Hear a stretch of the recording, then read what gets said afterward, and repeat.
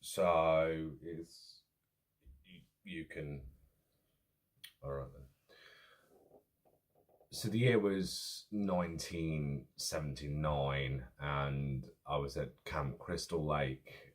Decided as part of my youth that I would go over to America and take part as a counsellor in one of the summer camps. It was always a dream of mine just to explore America in general, for fear that the Americans would make fun of my English accent. I decided to put on an American one. It didn't really matter as much because the afro I was sporting at the time kind of made up for the fact I was hiding that I was English. Anyway, it was Friday the 13th. We'd been there a couple of days. There were warning signs, big warning signs. The cars randomly stopped working and the batteries and the gas had been siphoned. It was played off as a prank, or in hindsight, it was quite obvious something was going to happen. We were all around a campfire and then Jason attacked. He was wearing a sack over his head. He murdered Johnny. Well, at least I think that's what his name was. Unfortunately, I was busy wetting myself and running away. For the first 5 minutes, I can't tell you what happened. It was a mess. It was running for your life. If you were looking at it from an outside third person perspective, the words 5 minutes later would just appear on the top of the screen because there's nothing. It was an adrenaline fueled run. I remember being outside of a house, so I went in to explore, see what I could use to defend myself, and came across one of the gas cans. I don't know why, if it was Jason, he'd leave gas lying around in houses, but maybe it was a prank gone horribly wrong. I think I searched around for a bit more for something to use, but I didn't want to be holding a weapon in one hand and the gas can in another, so I thought I'd just run to the nearest car.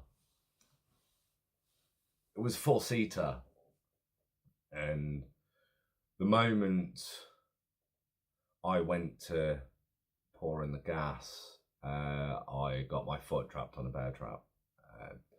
I don't know who set it. I'm assuming Jason, because he was right around the corner waiting for me. When you see somebody in a movie get caught in a bear trap, you think it takes a lot longer for them to get out of it. But apparently in that moment, I became superhuman, was able to rip it off my own leg. That's when I saw him. Yeah. He was scary. I may have wet myself for a second time. I have a very weak bladder. He did get me. He caught me.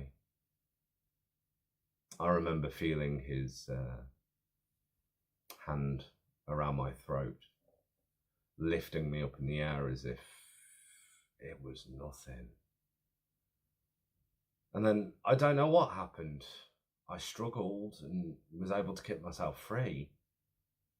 But the grip he had around my neck, it seemed a bit bizarre. I don't know whether the afro was making him laugh or maybe he felt sorry for me. I mean, my trousers were wet. So I ran, went into the nearest house, picked up a lead pipe and hid around the corner.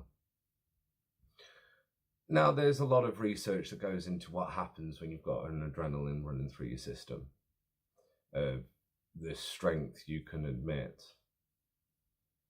When Jason came around that corner again, I whacked him so hard he went flat on his back. And I then just ran again. See, I dropped the gas can when he picked me up the first time, and jumping into the window of another house, getting confused, jumping back out, and then jumping back in, I found car keys. Now, there were 2 cars. I had no clue which one it was going to be for. I mean, one car key universally fitting more than one car is unheard of. Be a lot more car thefts otherwise. So I ran back to where I thought I dropped the fuel, and it turned out instead of Jason taking it and running away with it, he'd left it there. So I grabbed it and ran to the other car, one that I was pretty sure had no bear traps. I was joined by another counsellor who had found a rifle, and I just ran to the side of the car where the fuel can was. She got her leg trapped, and instead of being a heroic bloke and helping her get it free, I just thought I'd fuel up that car. And I didn't expect fueling up a car to be so difficult. To me, it's pop the cap off and then just pour it in. But in my mind, I was viewing it as a sphere where I had to hit the right button to fill up the gas can, and I messed up once and sort of got fuel on my trousers. I then later on set off some firecrackers. And it's a good job none of the sparks went near me, because otherwise I would have been on fire. After fueling up the car, I jumped in the driver's seat. Now, unlike Americans, where the driver's ed is a part of the curriculum, I didn't know how to drive. But after turning on that car, I just went. Jason was hot on our tails. I don't know how he jumps from place to place. I had a woman in the side of me, not the one that got her leg trapped, just another one. It was a 2-seater car. I suppose if we were thought about it, I wasn't such a scaredy cat, we could have emptied out the back seat. But we didn't. We just let it happen. And then we escaped. I'll be honest with you, every Friday the 13th now I sit in a corner, curl up and wet myself. I feel as though Jason will be coming back.